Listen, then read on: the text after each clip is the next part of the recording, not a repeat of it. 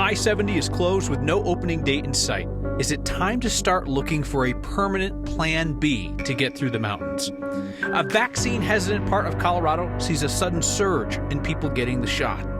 The pandemic's economic shift did not impact businesses equally. One group faces a longer road back.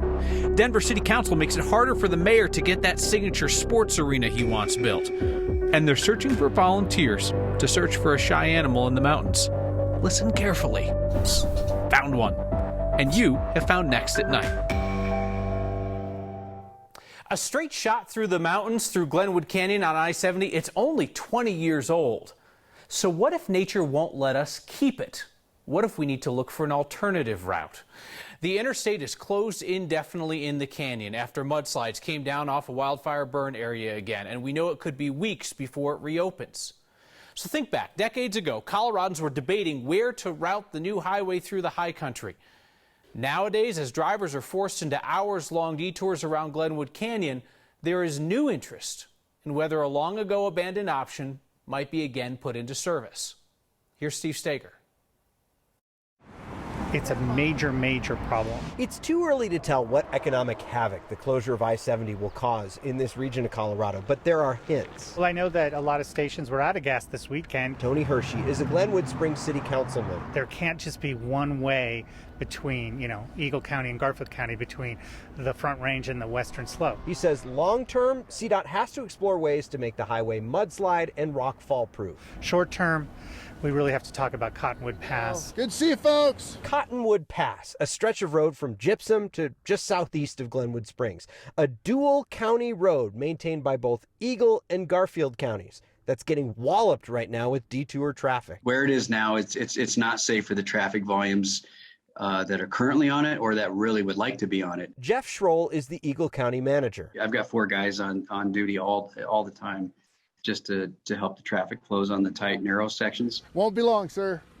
I like your truck. To get rid of that, we're probably in the neighborhood of $10 to $15 million, and no, we couldn't handle that by ourselves right now. Good morning. He says that's what it would take to make a viable alternative just for the people who live in this region. Money that Eagle County doesn't currently have. They need state or federal help. To pave that road all the way, multiply it by 6 or 7 fold. It's probably upwards of $70 million and a whole lot of I don't know what, because it just was never designed for that. But I think it has to be paved and improved so that it is a legitimate alternative. Hershey says the region has to figure out a way to make that small road a viable option. How do you not pay for those things? This isn't like this little street here that we're standing in front of. This is an interstate highway that connects not just the Western Slope with Denver, but connects multiple states. In Glenwood Springs, I'm Steve Steger. Back in the 1970s, environmentalists pushed for the Cottonwood Pass option over Glenwood Canyon. The engineers opted for Glenwood in part because that estimate was about $80 million cheaper. Police in Commerce City say they shot a man who ambushed officers, grazing one of them with a bullet tonight. The officers had come to an area just north of Fairfax Park on a report of gunshots. They found a man dead there. SWAT officers are still working to get inside a house where another suspect may be hiding. A thought tonight about where we stand in the race to get Coloradans vaccinated. If there's one thing we're learning this week, it's that vaccine hesitancy is not set in stone. Certainly the Delta variant spread is convincing some to get the shot. Then you got moves like Denver's to require vaccinations for city employees and people around high-risk populations. That's going to nudge the numbers. Same for other employers doing mandates, popular places around town requiring vaccinations. Last Friday, Colorado saw its highest one-day vaccination number since June. And in Weld County, where Republican commissioners defied state health orders during the pandemic, Weld County is reporting a 20% increase in vaccinations over recent weeks. We tend to think about vaccine hesitancy as just the loudest voices that we hear railing against the vaccine. They're certainly part of it. But there are convincible Coloradans out there, and each day, more and more of them are getting the vaccine. Late tonight, Colorado's public health leaders brought back a mask mandate inside residential care facilities, so high-risk populations. Mask mandate regardless of vaccination status. At this point, we haven't seen the state or any metro area municipalities turn the CDC's indoor mask guidance into any kind of mandate about masks for the general population. The pandemic took a particular bite out of black-owned businesses. The National Bureau of Economic Research found the number of black business owners declined more than 40%. Our Victoria De Leon has this story of determination and optimism. A busy downtown with a loud heartbeat has plenty of options to shop and dine. So welcome to the yarn shop. Where are you guys visiting from? But there's one local business inside a building on California Street that isn't as easy to find. It's like a hidden little gem, you know what I mean? Even though it's downtown in the Central Business District, people are like, what? A yarn shop? You know, sometimes their phone will like notify them there's a yarn shop. Cassandra Allen Brown owns the Yard Shop Denver. People are coming in going, oh, we're just so happy to see that you're still here. So that's the feedback. It's really good. A sentiment that speaks volumes regarding how the pandemic affected other small businesses. In August 2020, the Small Business Administration Office of Advocacy reported black business owners showed the biggest decline in business activity. That's true. I know for me personally, because, you know, I'm not, H&M, for instance, right there on the 16th Street Mall. But for me, it's just me.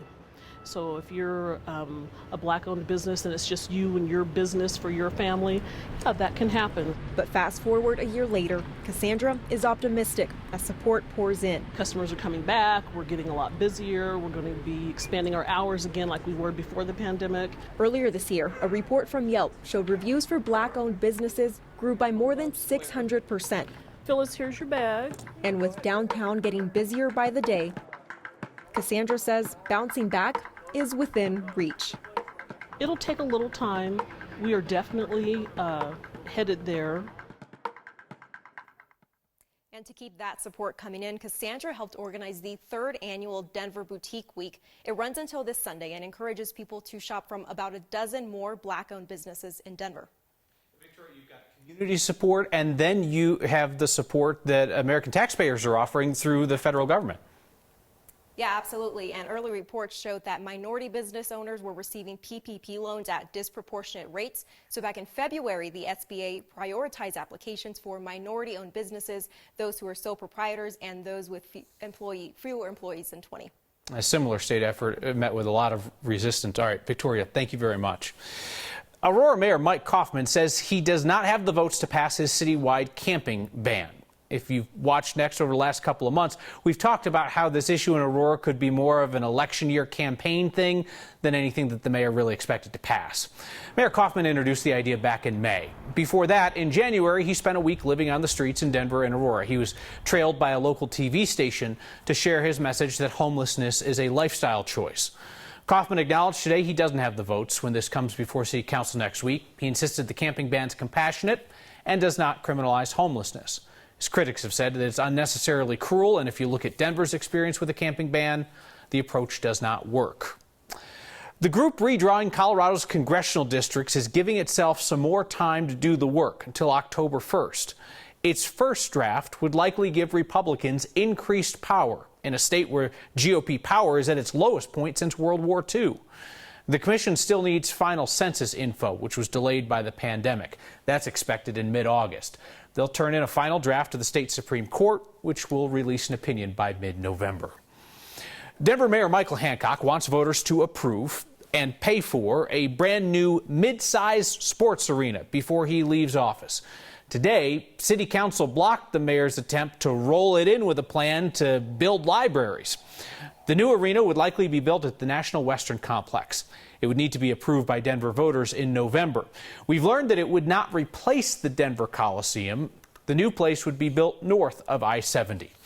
The mayor's original plan combined the arena with a couple new libraries, some zoo maintenance, and ADA improvements at city-owned buildings.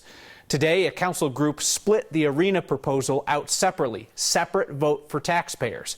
So there will be no way to tell voters that they hate literacy and zoo animals if they won't give the mayor his new sports arena.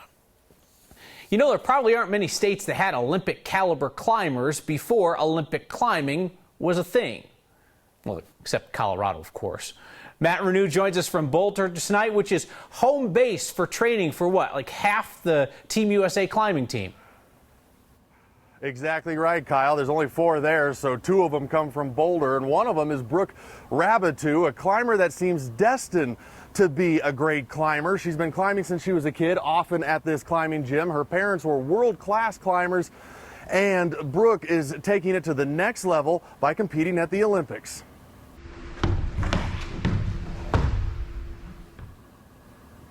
When you start climbing at the age of 2, you get pretty good, and Brooke is stepping it up. 20 years old, and she is very good at climbing. She grew up climbing the walls at the ABC Kids Gym here in Boulder, which was started by her mom. In fact, she's been following in her mom and dad's footholds. Both were world-class climbers. Now, Brooke is a world-class climber and competing at the Summer Games in Tokyo in her sport's Olympic debut, and taking her family sport even higher.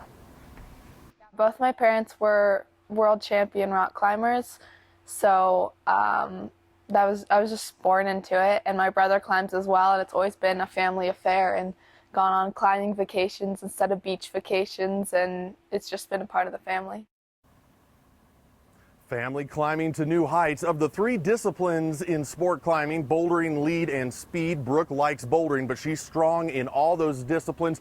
She starts her qualification rounds early tomorrow morning, Kyle. Those rounds start at 2 a.m. We're probably going to hang out with her family in their home, if for no other reason than to get out of the rain. Yeah, 2 a.m., not for the faint of heart, but for the fans. They'll be there. Matt, thank you. So when the next team got behind the longest of Olympic long shots this year, in addition to, of course, rooting for the powerhouse Team USA, we never thought it would get to this point.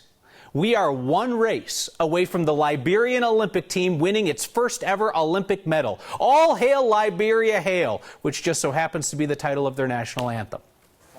Joseph Famboulay, the 19-year-old track star from the University of Florida, is Liberia's last athlete of 3 in Tokyo. And in the semis of the men's 200-meter today, he turned on the jets around that final corner and finished in a 3-way tie for first in his heat. So Famboulay, Canada's Aaron Brown, and USA's Noah Lyles come in at a time of 19.99, third fastest time in the semis. That puts Famboulay in good position to finally change Liberia's Olympic medal count, which has looked like that forever. The men's 200-meter final is tomorrow morning at 6:55 our time, a chance for one of the poorest countries in the world to win its long-awaited first medal.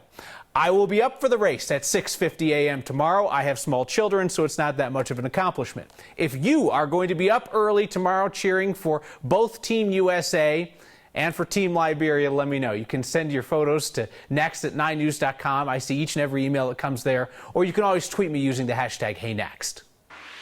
A water fight in a mountain county where they've been dealing with extreme drought and just approved a plan to bottle their water for drinking elsewhere. Colorado needs volunteers for a wildlife project. You have to be a good listener and have a high tolerance for cuteness. Next.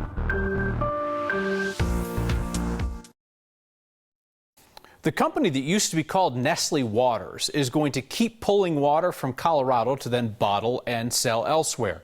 Today, the Chaffee County Board of Commissioners gave permission to Blue Triton Brands, formerly Nestle, to bottle water from wells connected to the Arkansas River. Company already owned those water rights. This new 10-year permit requires the company to monitor the water conditions, to kick in some cash for an endowment for local schools, and to hire local drivers. The state notes that only a small percentage of Colorado's total water goes into bottled water. A scientist that studied that particular aquifer since 2009 is concerned that pulling water out of it during drought years could lead to the aquifer's destruction. Chaffee County was in an extreme drought earlier this year. Cooler today, temperatures in the lower 80s, but the main theme continues to be slow-moving thunderstorms and the chance for heavy rain and mudslides overnight tonight. Temperatures below average in the low 80s. We'll see these numbers again tomorrow before we're back to the 90s. We have showers coming into the city from the south, showers over the higher terrain that will linger into the evening, and then we'll see this moisture move back into the metro area and along the Front Range foothills. But the flash flood watch remains in effect tonight and will be reinstated tomorrow for most of the Colorado high country. Tonight in Denver, still the chance chance we'll see a little rain, cloudy and 62 overnight. Tomorrow, partly sunny, 84. Afternoon storms could produce some heavy rain, and then that's it. Sunshine low to mid 90s heading into the weekend, and then 90s with sunshine beyond. Hopefully some better air coming our way as well. You know those people who line up like a week before Thanksgiving so they can be first in line for the Black Friday deals? That is the level of enthusiasm that our sports guy Scotty Gange brings to everything. For real, everything. And our Scotty Gange is very excited about the Olympics and what it inspires in young Americans. There you are, right on camera. Are you excited for the Olympics? Yeah. Yes. Yes. Yes. Would you like to be in the Olympics one day? So, how much have you been watching the Olympic shows? Like a ton. What are the Olympics? It's a sports challenge. Because Oh my gosh, look at that. You found the hidden part of the microphone. oh my god. You've never seen the Olympics? Why? Because I don't think OCV shows the news. That's not good. Got it! What if I told you the Olympics were the greatest athletes in the world all at one place at the same time? Really? Really? Wait. Can you believe it? No. It's real. It's happening right now. Really? Tune into your local NBC. Oh yeah.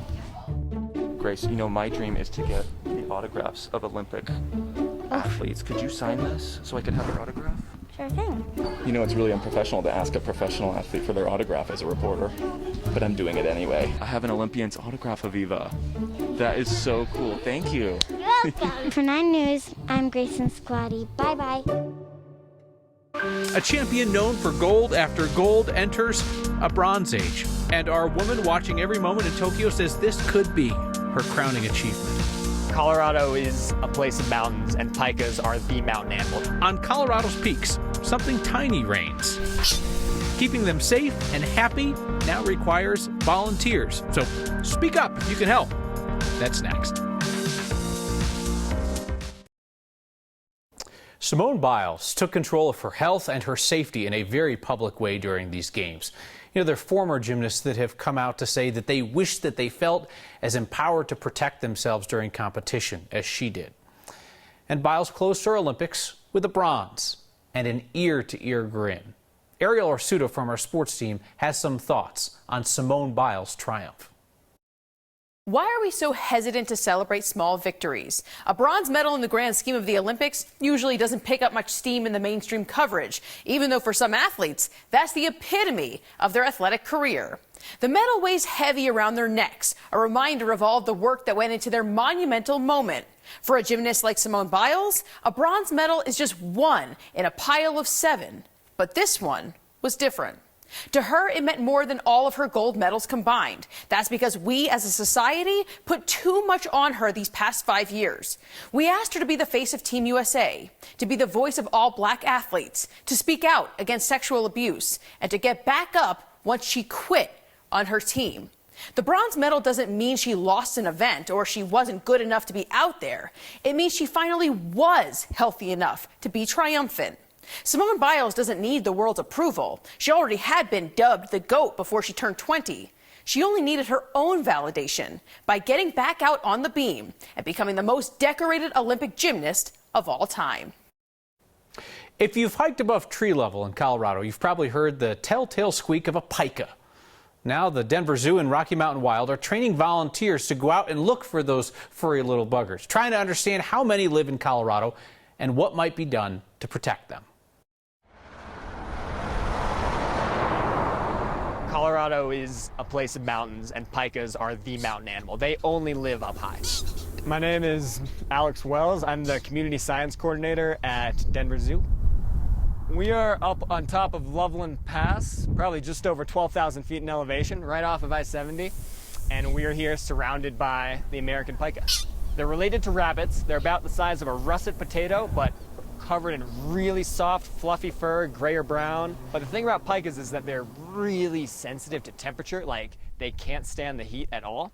And so that's really the big concern we have, is that with climate change, they might start to disappear from Colorado. Even if you don't see pikas, They are noisy and they leave their crap everywhere. Come on. Come on. Every single step I take, I'm seeing more. So I am one of the directors of the Colorado Pika Project, which is a community science initiative that gets volunteers, we call them pika patrollers, to come up here and help us collect data on the American pika. Our pika patrollers, they get some equipment and they just go for a hike in one of the almost 200 beautiful spots that we have across Colorado. The mountains would not be the same without pikas. Colorado would not be the same without that little squeak that you hear as you're hiking up a steep trail. Come on, you have to smile. When you hear it, you have to smile. Colorado Pika Project had 124 volunteers in the field last summer, trained about 100 more last month. There's info on how to become a Pika patroller in this article on 9news.com. The Rams have a new rival. It's the most Colorado thing we saw today. Plus some fairly spicy feedback to read next.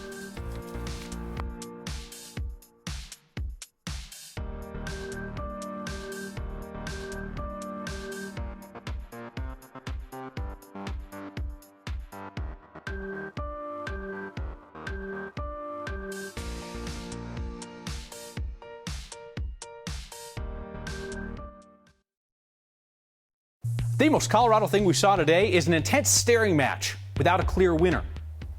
Taylor sent this picture from a backpacking trip in the Sangre de Cristo Mountains. Bighorn sheep wandered into camp, had a stare down with her dog Maddie. Taylor says Maddie didn't know what to make of the situation, just kind of nervously froze until the ram left. Dog was certain that it won. And feedback tonight, Danny Franklin says, we started watching you after the Olympics. We have not watched local news in decades. Jeff French says, I've been a Channel 9 viewer since the mid-90s. Until Kyle is gone, you can count me as a former viewer. So for the boss who keeps score at home each night, that's tally one in and tally one out. If you are new to Next, welcome. We air weeknights at 6 p.m. on 9 News when the Olympics aren't on. If you're on your way out the door, that's cool too. We get it. Hope you find something that you like. Can you imagine anything more boring than a show that everybody has to like? See you next time.